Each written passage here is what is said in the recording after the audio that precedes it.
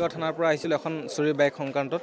বাইকখন ইয়াৰ পৰা already recover হৈছে। তাৰ সংক্ৰান্তত গোপন সূত্ৰে আমাৰ খবৰ পাই আহিছিলোঁ ইয়াতে। আহি ইয়াতে পালোঁ আপোনাৰ 25খন বাইক পাইছোঁ। আমি লৈ লৈছোঁ, ভেৰিফাই কৰি জনাই আছোঁ। মানুহজন বৰ্তমান পলাই আছে, যিজন অনাৰ তেখেত পলাই আছে। ইণ্টাজালি। আজিৰ দিনটোত মৰিগাঁৱত আৰক্ষী আৰু দবকা আৰক্ষীৰ যৌথ অভিযানত দবকাৰ এটা দবকাৰ গাঁৱত আচলতে দেখা গৈছে যে প্ৰায় 25খন বাইক ইতিমধ্যে আটক কৰা পৰিলক্ষিত হৈছে আৰক্ষীয়ে। গতিকে মৰিগাঁও আৰক্ষীৰ লগতে হোজাই আৰক্ষী প্ৰশাসন আৰু হোজাই জিলা আৰক্ষী অধীক্ষক মহোদয়ক আমি অনুৰোধ জনাব বিচাৰিছোঁ জাতীয় সংগ্ৰামী সেনা অসমৰ ফালৰ পৰা যে দবকাত যিদৰে গাড়ী চুৰি হৈ আছে বা গাড়ী চুৰ ধৰা খাই আছে, ঠিক তেনেদৰে মোবাইল চুৰি হৈ আছে। আৰু তাৰ লগতে সকলোতকৈ ডাঙৰ কথাটো হৈছে দবকাত আজিৰ দিনত একাংশ ডিলাৰে চুৰি গাড়ী বিক্ৰী কৰি সৰ্বসাধাৰণ ৰাইজৰ ওচৰত তেওঁলোকে ভুৱা নথি পত্ৰৰ ভিত্তিত তেওঁলোকে বিক্ৰী কৰে আৰু তাৰপিছত একাংশ গ্ৰাহক আচলতে জেলত যাবলগীয়া হয়। গতিকে সমগ্ৰ বিষয়টো হোজাই আৰক্ষী অধীক্ষকে তদন্ত কৰিব লাগে। 7-8 মাহ আগত এখন গাড়ী কিনিছিলোঁ এই ইমদাদৰ শ্বৰুমৰ পৰা। কিনাৰ পিছত এওঁ গাড়ীখন আমাক দিছে।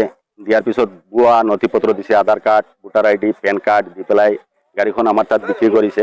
আজি 3-4 দিন আগত মৰিগাঁৱৰ পৰা গাড়ীৰ মালিকজন আহিছে। আহি পেলাই পুলিচ লৈ আমাৰ ভাইটি হয়, পেহীয়েকৰ ল'ৰা জেহৰুল ইছলাম, তাক ধৰিছে। তাক ধৰাৰ পিছত শ্বৰুমত অহাৰ পিছত শ্বৰুমৰ মেনেজাৰকো লৈ গৈছে। এতিয়া আমাৰ কথাটো হ'ল, যদি এজন মানুহে নিজে শ্বৰুম খুলি পেলাই ডুপ্লিকেটি কৰে, এনেকা শ্বৰুমৰ পৰা যদি গাড়ী লোৱাৰ পিছত আমি চুৰ হৈ যাওঁ, কি কাৰণে এওঁলোকে এই ৰাজহুৱা অনুষ্ঠানত শ্বৰুম খুলিছে, সেই শ্বৰুমৰ বিষয়ে আমাৰ দবকা আৰক্ষী অধীক্ষক মহোদয়ে ইয়াৰ তদন্ত কৰিব লাগে। মৰিগাঁও থানাৰ পৰা আহিছিলোঁ এখন চুৰি বাইক সংক্ৰান্তত। বাইকখন ইয়াৰ পৰা অলৰেডি ৰিকভাৰ হৈছে।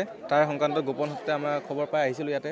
আহি ইয়াতে পালোঁ আপোনাৰ 25খন বাইক পাইছোঁ। আমি লৈ লৈছোঁ, ভেৰিফাই কৰি জনাই আছোঁ। মানুহজন বৰ্তমান পলাই আছে, যিজন অনাৰ তেখেত পলাই আছে। ইণ্টাজালি। আজিৰ দিনটোত মৰিগাঁৱত আৰক্ষী আৰু দবকা আৰক্ষীৰ যৌথ অভিযানত দবকাৰ এটা দবকাৰ গাঁৱত আচলতে দেখা গৈছে যে প্ৰায় 25খন বাইক ইতিমধ্যে আটক কৰা পৰিলক্ষিত হৈছে আৰক্ষীয়ে। গতিকে মৰিগাঁও আৰক্ষীৰ লগতে হোজাই আৰক্ষী প্ৰশাসন আৰু হোজাই জিলা আৰক্ষী অধীক্ষক মহোদয়ক আমি অনুৰোধ জনাব বিচাৰিছোঁ জাতীয় সংগ্ৰামী সেনা অসমৰ ফালৰ পৰা যে দবকাত যিদৰে গাড়ী চুৰি হৈ আছে বা গাড়ী চুৰ ধৰা খাই আছে, ঠিক তেনেদৰে মোবাইল চুৰি হৈ আছে। আৰু তাৰ লগতে সকলোতকৈ ডাঙৰ কথাটো হৈছে দবকাত আজিৰ দিনত একাংশ ডিলাৰে চুৰি গাড়ী বিক্ৰী কৰি সৰ্বসাধাৰণ ৰাইজৰ ওচৰত তেওঁলোকে ভুৱা নথি পত্ৰৰ ভিত্তিত তেওঁলোকে বিক্ৰী কৰে আৰু তাৰপিছত একাংশ গ্ৰাহক আচলতে জেলত যাবলগীয়া হয়।